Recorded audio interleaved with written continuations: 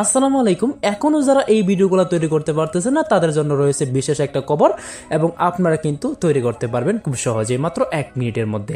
কেমনে তৈরি করবেন ছোট্ট একটা ভিডিওতে বসে লাস্ট পর্যন্ত দেখবেন। তো প্রথমত আপনাকে দুইটা কাজ করতে হবে। দুইটা হচ্ছে, প্রথমত আপনার একটা ছবি লাগবে, তারপর হচ্ছে আপনার প্রিয়জনের বা যাকে দিয়ে করাতে চান তার একটা ফটো লাগবে। ব্যাস, এই দুইটা ফটো হলেই আপনার চলবে, আর কোনো ফটো দরকার নেই।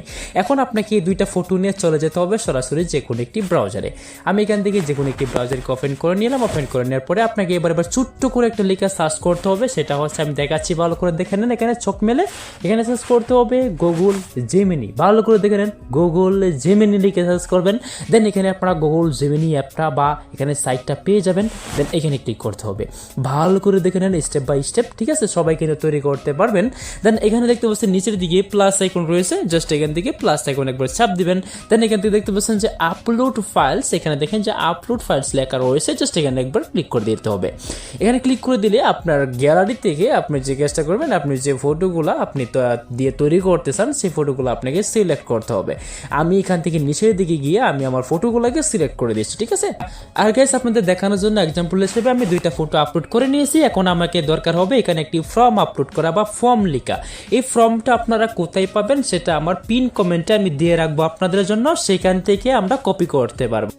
ওকে, তো আমি আমার লেখাটা সাবমিট করে দিলাম ফর্মটা। তারপর দেন এখান থেকে সেন্ড বাটনে ক্লিক করতে হবে। সেন্ড বাটনে ক্লিক করে দিলে জাস্ট অল্প কিছুক্ষণ আপনাদের সামনে লোডিং নেবে। লোডিং নিয়ে দেখতে পারবেন আপনার ফটোটা কিন্তু ঠিক সেই রকমভাবে তৈরি করে দিবে। তারপর এই ফটোটা দিয়ে কেমনে আপনি ভিডিও রূপান্তর করবেন, ভিডিও তৈরি করবেন, সেটাও কিন্তু আপনাদেরকে দেখানো হবে। অবশ্যই লাস্ট পর্যন্ত কিন্তু দেখতে হবে গাইস, সবাই কিন্তু তৈরি করতে পারবেন। দেন দেখতে পাচ্ছেন আমাদের কিন্তু ফটোটা তারা এইরকমভাবে তৈরি করে দিয়েছে। যদি আপনি চান যে এইটা আপনার দরকার নেই বা এইটা হয় নাই, তাহলে আবারও যে কাজটা করবেন এই ফর্মটা দিয়ে দিতে হবে। দেন আবারও আপনাকে এটা সেন্ড করতে হবে। তাহলে কিন্তু আবারও তারা একটু লোডিং নিয়ে আবারও কিন্তু আপনাকে একটা ফটো ক্রিয়েট করে দিবে। আপনি এভাবে বারবার ট্রাই করে দেখবেন যে আপনার ফটোটা তারা সঠিকভাবে দিতেছে কিনা বা এক্স্যাক্টলি সঠিকভাবে আসতেছে কিনা, আপনার পছন্দের মতো আসতেছে কিনা। এটা কিন্তু বারবার এরকম করতে পারবেন। তারা কিন্তু উল্টাপাল্টা করে দিয়ে দেয়, কিন্তু আপনি সঠিক করে নিয়ে নেবেন। যেমন তারা আবারও এরকমভাবে দিয়ে দিয়েছে। এখন আপনি যে কাজটা করবেন, এখান থেকে ক্লিক করে এটাকে নিউজ সাইটে চলে আসবেন। আসার পরে আবারও আপনাকে যে কাজটা করতে হবে, আবারও এই যে ফটোগুলো আপলোড করতে হবে। আপলোড করে তারপর আবারও এই লেখাটা আপনাকে দিতে হবে, তাহলে কিন্তু দেখবেন সঠিকভাবে চলে আসছে।